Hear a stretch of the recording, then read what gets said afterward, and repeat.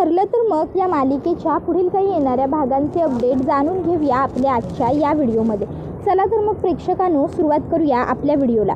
तर आता आपण इथे पाहिलेलंच आहे की सायली आणि प्रियामध्ये जोरदार भांडण झालेलं आहे. अगदी एकीमेकीच्या झिंज्या उपटेपर्यंत भांडण झालेलं आहे. अर्जुनला आणि घरातल्या इतर कोणालाही कळतच नसतं की हे सगळं यांचं काय सुरू आहे. पण कसं बसं आता घरातले सगळे मिळून हे भांडण वगैरे थांबवतात आणि मग कल्पना सायलीला आणि प्रियाला दोघींनाही जरा रागवते. त्यानंतर अर्जुन सायलीला घेऊन वरती रूममध्ये येतो तर अश्विन हा प्रियाला घेऊन रूममध्ये जातो. अर्जुन आता सायलीला म्हणत असतो, बायको अगं तुझं काय चाललंय काय? नाही म्हणजे तू चक्क तन्वीबरोबर मारामारी केलीस? रिअली? त्यावर सायली अर्जुनला सांगते, अहो आपल्याला केस हवा होता ना, मग मारामारी तर मला करावी लागणारच होती. त्याबरोबर मग आता सायलीने असं म्हटल्यावर अर्जुन म्हणतो केस? त्यावर सायली म्हणते DNA टेस्टसाठी. हे बघा मला प्रियाचा एक नाही तर तीन केस मिळालेत. आता हे ऐकून अर्जुन खुश होतो. सायली म्हणते चला आता आपल्याला प्रियाचे तर केस मिळालेले आहेत, आपल्याला आता प्रतिमात्या आणि मैनाचे केस हवेत.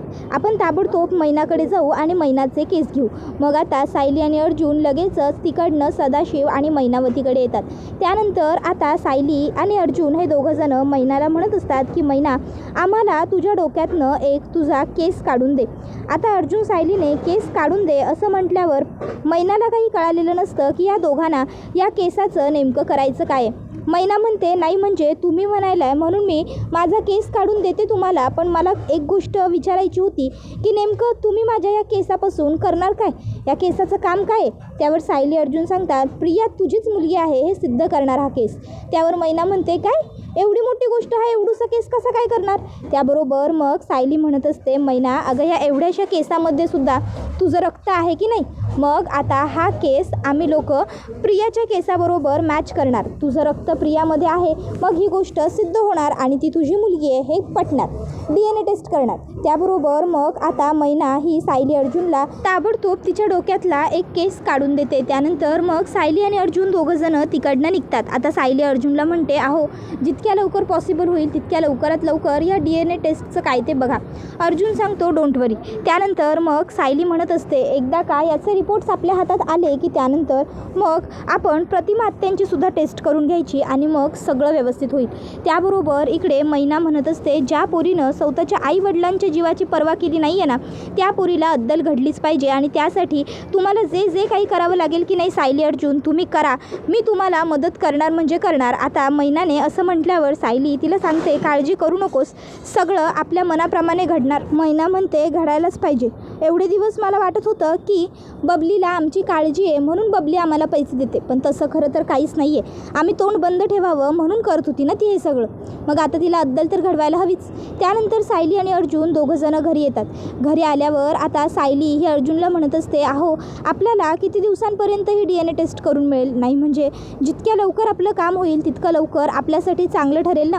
अर्जुन म्हणतो काळजी करू नकोस, मी लवकरात लवकर व्हावं यासाठी म्हणजे माझे सोर्स लावलेत. सायली म्हणते एकदा का आपल्याला प्रियाचे रिपोर्ट्स हातात आले ना की त्याच्यानंतर आपण प्रतिमा आत्या आणि प्रियाची टेस्टसुद्धा करून घेऊ.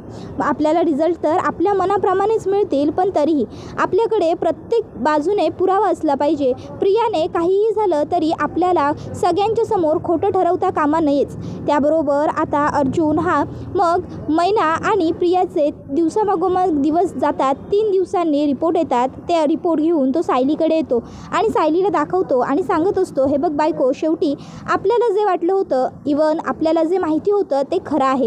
मैना आणि प्रियाचा DNA रिपोर्ट मॅच झाला आहे. त्या दोघीजणी मायलेकी आहेत हे आता सिद्ध झालं.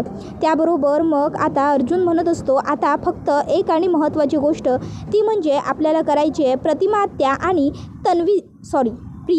प्रियाचं ब्लड टेस्ट. पण मला कळत नाही आहे त्यांचं DNA कसं म्हणजे टेस्ट करायचं, प्रतिमा आत्याला काय सांगायचं, तिचा केस कसा मिळवायचा. सायली म्हणत असते प्रतिमा आत्यांचं सॅम्पल मिळवणं खरंच थोडंसं अवघड आहे, कारण प्रतिमा आत्यांजवळ आपल्याला काहीही खोटं बोलून चालणार नाही. आधीच एकतर प्रिया एवढं खोटं बोलली आहे त्यांच्याबरोबर, त्यामुळे रविराज काका आणि प्रतिमा आत्या दोघांनाही खूप जास्त मनस्ताप झाला आहे, त्रास झाला आहे. आणि सगळ्यात महत्त्वाचं म्हणजे नागराज काकांच्या खोटारडेपणातनं, नागराज काकांच्या खोटं बोलण्याच्या धक्क्यातनं ते लोक अजून सावरलेले नाही आहेत. त्यामध्ये आपण जर पुन्हा नव्याने काहीतरी खोटं बोललो तर याचा त्यांना त्रास होईल. त्यावर अर्जुन म्हणतो मग बायको आपण करायचं काय? आपण सिनियरला आणि प्रतिमा आत्याला खरं सांगून टाकायचं? सायली म्हणते मलाही सुचत नाही आहे काय करावं काय नाही, त्याच्याच विचारामध्ये मी सुद्धा मग्न आहे. खरं सांगायचं म्हटलं तर मग मला रविराज काकांचा नागराज काकांबद्दलचं सत्य कळल्यानंतरचा तो अवतार आठवतो. जर रविराज काकांनी काहीतरी आताताईपणा केला, थोडी जरी घाई केली ना हो, तरी आपला सगळा प्लॅन फ्लॉप होईल. सगळ्या प्लॅनचा अगदी बट्ट्याबोळ होऊन जाईल. कारण मग प्रियाला सर्व काही समजून जाईल आणि प्रिया सावध होईल. मला कुठल्याही परिस्थितीत तिला सावध होऊ द्यायचं नाही आहे. त्यावर अर्जुन म्हणतो मग काय करायचं? मग आपण त्यांच्याशी खोटं बोलायचं का? त्यावर सायली म्हणते नाही नको, खोटंही बोलायला नको. एक काम करू, आपण त्यांना वरवरच्या अर्ध्या मुर्ध्या गोष्टी खऱ्या सांगू आणि सगळं काही डीपमध्ये नको सांगूया. त्याबरोबर मग अर्जुन म्हणतो ठीक आहे, तुला जे योग्य वाटेल तसंच करू. त्यानंतर सायली अर्जुन आता प्रतिमा आत्या आणि रविराज काकांच्या घरी येतात. असं अचानक भयानक सायली अर्जुनला आलेलं बघून प्रतिमा आत्याला प्रश्न पडतो. प्रतिमा आत्या म्हणते अरे सायली अर्जुन, नाही म्हणजे तुम्ही घरी आला आम्हाला भेटायला, हे बघून खरंच खूप बरं वाटलं. पण हल्ली तुम्ही असे आदनमधनं येत नाही, काय झालं आहे काय? असे अचानक कसे आलात तुम्ही? अर्जुन म्हणतो काही नाही आत्या, सहजच तुझी आणि सिनियरची आठवण आली. म्हटलं तुम्हाला भेटावं, तुमची छान विचारपूस करावी, तुमच्याबरोबर थोडा वेळ घालवावा म्हणून आलो. सिनियर कुठे? घरात कुठे दिसत नाही आहे. त्यावर इतक्यात त्या ठिकाणी रविराज काका येतात आणि बोल ना अर्जुन अशी हाक मारतात. अर्जुन म्हणतो काही नाही, आम्ही तुम्हाला भेटायलाच आलो होतो. त्याबरोबर रविराज काका म्हणतात तुझ्या या बोलण्यामधून मला असं जाणवत नाही आहे की तू फक्त भेटायला आलायस, काहीतरी गडबड नक्की आहे. जे काही असेल ते तुम्ही स्पष्टपणे बोलू शकता. काय झालं आहे? त्यावर मग पुढे आता रविराज काका म्हणतात तन्वीने पुन्हा काही गोंधळ घातला आहे का? त्यावर सायली म्हणते नाही रविराज काका, यावेळी आम्हाला तुमची एक छोटीशी मदत हवी आहे आणि त्यासाठी आम्ही इथे आलो. रविराज काका म्हणतात मदत? कशा संदर्भात? काही केस वगैरे आहे का कुठली?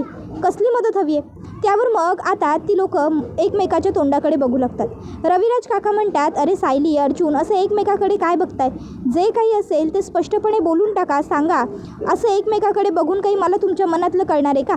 त्यावर मग सायली ही म्हणत असते रविराज काका आम्हाला प्रतिमा आत्यांची मदत हवी आहे, पण एक गोष्ट लक्षात घ्या, आम्ही आत्ता तुम्हाला जे काही सांगणार आहोत त्या गोष्टींचा म्हणजे शांतपणे विचार करा आणि त्यांच्यावरती काहीही रिॲक्ट व्हायला इतक्यात जाऊ नका. कारण जर आपण इतक्यात रिॲक्ट झालो ना तर आम्ही आत्तापर्यंत केलेल्या सर्व मेहनतीचं पाणी होईल. त्याबरोबर मग आता रविराज काका विचारतात पण नेमकं करायचं काय आहे? त्यावर सायली ही लगेचच म्हणते प्रतिमा आत्या आम्हाला तुमचा एक केस हवा आहे. प्रतिमा आत्याला आणि रविराज काकांना आश्चर्य वाटतं की केस कशासाठी? त्यानंतर मग सायली म्हणते प्रतिमा आत्या तुमचा केस हवा आहे, द्याल ना तुम्ही आम्हाला तुमचा एक केस? त्याबरोबर आता प्रतिमा आत्या ही म्हणते हो केस, पण कशासाठी? त्यावर सायली ही आता सांगू लागते रविराज काका प्रतिमा आत्या आम्हाला काही दिवसापासून एक दाट शंका येत होती, ती म्हणजे आपल्या घरामध्ये तन्वी म्हणून जी प्रिया राहते ती तन्वी नसून कोणीतरी वेगळीच मुलगी आहे.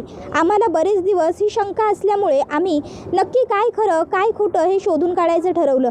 त्यासाठी मग आम्ही बऱ्याच गोष्टी करण्याचा प्रयत्न केला.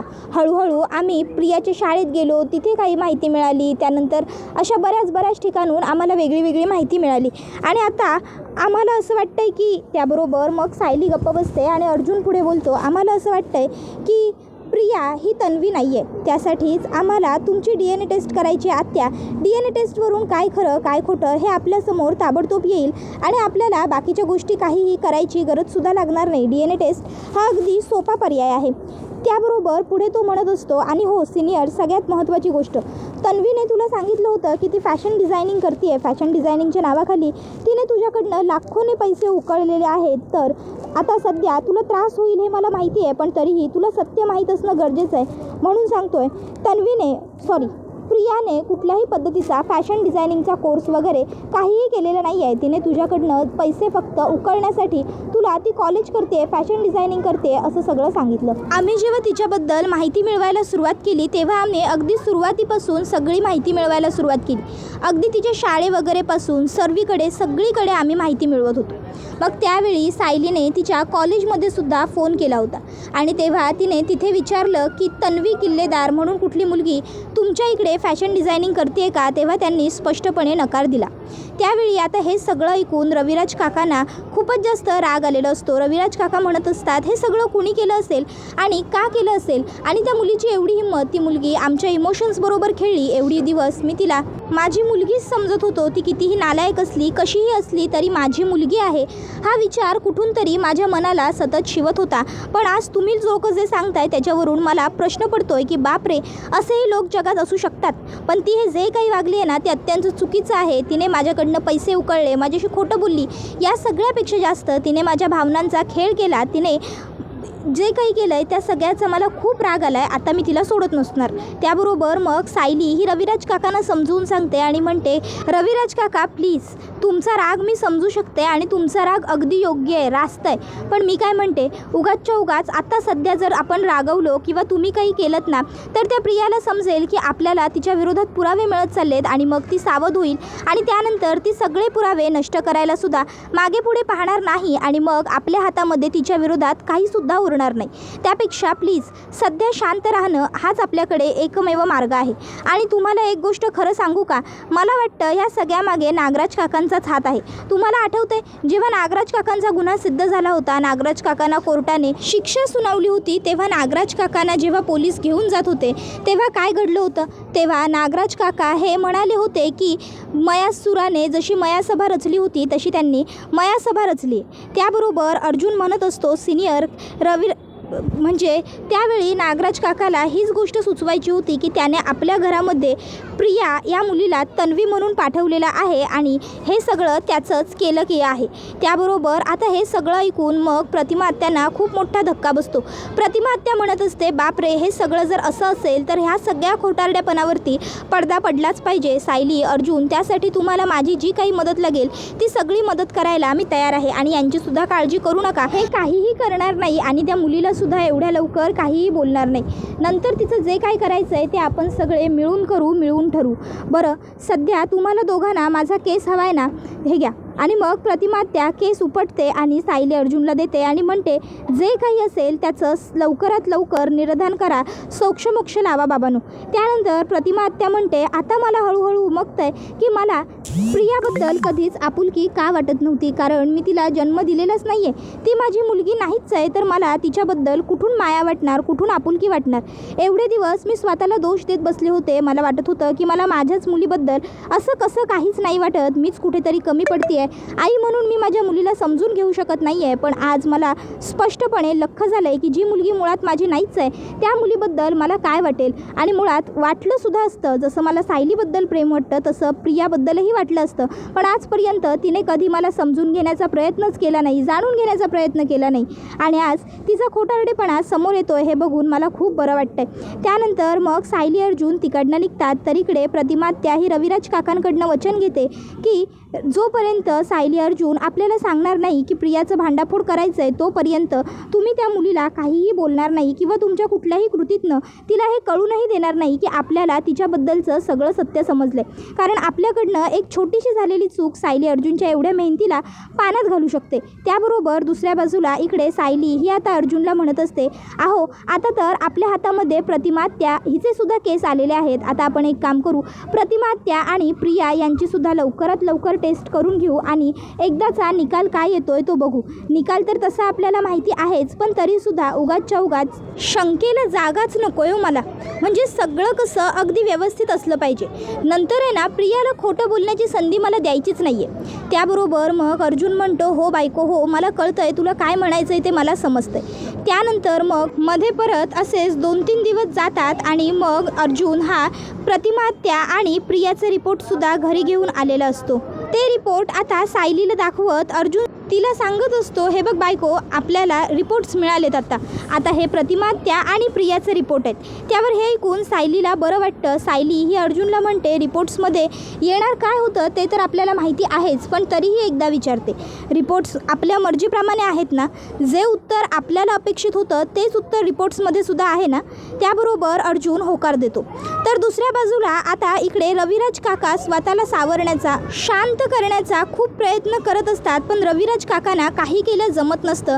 त्यांना नागराज काकाने हे सगळं का केलं याचा जाब नागराज काकांना विचारायचाच असतो. मग आता रविराज काका नागराज काकाला भेटायला येतात आणि ते म्हणत असतात, नागराज, लाज वाटली नाही करे तुला? लहानपणापासून आई बाबा गेल्यानंतर मी तुला पोटच्या मुलाप्रमाणे लहानाचं मोठं केलं. तू मागितलेली प्रत्येक गोष्ट तुला आणून दिली. तुझं शाळा, तुझं कॉलेज, तुझं सगळं मी बघितलं, मी केलं. आणि एवढं सगळं मी करूनही तू काय केलंस तर प्रॉपर्टीसाठी तू माझ्या जीवावर उठलास, माझ्या कुटुंबाच्या जीवावर उठलास. बरं, तर हे एवढंच करून तू गप्प बसलास नाही, तू आमच्या घरामध्ये माझी खोटी मुलगीसुद्धा पेरलीस. हे सगळं करून काय मिळालं काय तुला? मला खरंच कळत नाही आहे. मला आज लाज वाटते. तू माझा भाऊ आहेस हे बोलण्याची सुद्धा. तुझ्यासारखा विकृत माणूस या जगामध्ये असूही शकतो हाही मला प्रश्न पडतो कधी कधी. आणि एवढा विकृत भाऊ माझ्याच नशिबी कसा आला हा सुद्धा मला प्रश्न पडतो.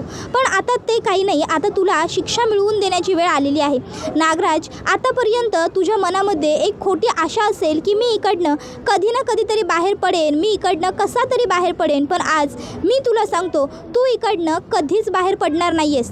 तुझं आयुष्य तुरुंगातच जाणार आहे आणि तुझं मरणसुद्धा तुरुंगातच आहे. आयुष्यभर तू जेलमध्ये सडशील, खडी फोडशील याची काळजी मी घेईन. कारण तुझ्यामुळे आम्हाला खूप मनस्ताप झाला आहे. तुझ्यामुळे मला माझ्या बायकोला खूप सहन करावं लागलं आहे. तुझ्यामुळे ती कोणतरी खोटारडी मुलगी येऊन आमच्या घरात बसली आहे. हे सगळं करून काय मिळालं काय तुला? काहीच नाही. काहीच नाही मिळालेलं तुला. शून्य. एक गोष्ट कायम लक्षात ठेव, देवाच्या दारात देर असतो, अंधेर नसतो. शेवटी तुझ्या काळ्या कृत्यावरती पडदा पडला आणि तुला शिक्षासुद्धा मिळाली. पण आता एवढंच नाही, तुला आणखीन शिक्षा देण्याची वेळ आलेली आहे. आणखीन तुला चांगली अद्दल घडवण्याची वेळ आलेली आहे. जसा जसा तुझा खोटारडेपणा माझ्या समोर येत चालला आहे ना, तसं तसं भाऊ म्हणून मला तुझ्याबद्दल आणखीन चीड बसत चालली आहे. डोक्यामध्ये तिटकारा बसत चालला आहे. माझा क्रोध वाढत चालला आहे. त्यामुळे आता मी तुला इकडनं बाहेर पडू देणार नाहीच आहे. मी तुला इथनं सुटूही देणार नाही आहे. बघशील तू हा रविराज किल्लेदार काय करतो ते. आणि तुला तर माहिती आहेच, मी आजपर्यंत जे बोललो आहे ते सगळं केलं आहे. आजपर्यंत मी एकही केस हरलेलो नाही आहे. मग आता तुला तरी कसं सुटून देईन मी? इथून आता तुझी सुटका होणं तर खूप दूर, तू बाहेरून मोकळा श्वाससुद्धा तुझ्यापर्यंत येऊ देणार नाही मी, याची काळजी घेईन. एवढं बोलून रविराज काका तिकडनं जातात. रविराज काका एवढं बोलून सुनावून गेलेले असतात, तरीही नागराजला मात्र याचा काडीचाही फरक पडलेला नसतो. नागराज म्हणत असतो, मी तर इकडनं बरोबर सुटणारच. काहीही करून मी इकडनं बाहेर पडणार. दादा, काय आहे ना, तुझ्या त्या खोट्या मुलीच्या मानेवर मी तलवार ठेवली आहे. त्यामुळे तिला मला बाहेर काढावंच लागणार, अगदी स्वतःचा जीव जात असला तरीही. आणि मी काहीही चुकीचं केलेलं नाही आहे. मी जे काही केलं ना ते फक्त माझा हक्क मिळवण्यापुरतं केलं आहे. कळलं ना? तर दुसऱ्या बाजूला इथे आता प्रियाला घरच्या तिजोरीच्या किल्ल्याही मिळालेल्या असतात. त्यामुळे तिचा कॉन्फिडन्स काही एवढंच असतो. तिला वाटतं आहे की आता माझ्यावरती घरच्या सगळ्यांचा विश्वास पटलेला आहे. आता कोणीही माझ्या विरोधात या लोकांना कितीही भडकवण्याचा प्रयत्न केला, खरं सांगण्याचा प्रयत्न केला, तरी यांचा त्यांच्यावर विश्वासच पटणार नाही. हे माझ्यावरच विश्वास ठेवणार. त्याबरोबर आता हा व्हिडिओ इथेच संपतो. व्हिडिओ आवडला असेल तर व्हिडिओला लाईक करा. चॅनलवर नवीन असाल तर चॅनलला सबस्क्राईब करा आणि बेल आयकॉन आठवणीने प्रेस करा, जेणेकरून तुम्हाला पुढच्या प्रत्येक व्हिडिओचं नोटिफिकेशन मिळत जाईल आणि सर्व व्हिडिओंचा आनंद हा अगदी उत्तम पद्धतीने घेता येईल. चला तर मग आजच्या पुरतं इथेच थांबूया. पुढचा व्हिडिओ येईपर्यंत ह्या व्हिडिओचा छान पद्धतीने आनंद घेत राहा. ठरलं तर मग ही मालिका तुम्हाला कशी वाटते हे आम्हाला कमेंटमध्ये नक्कीच सांगा. धन्यवाद.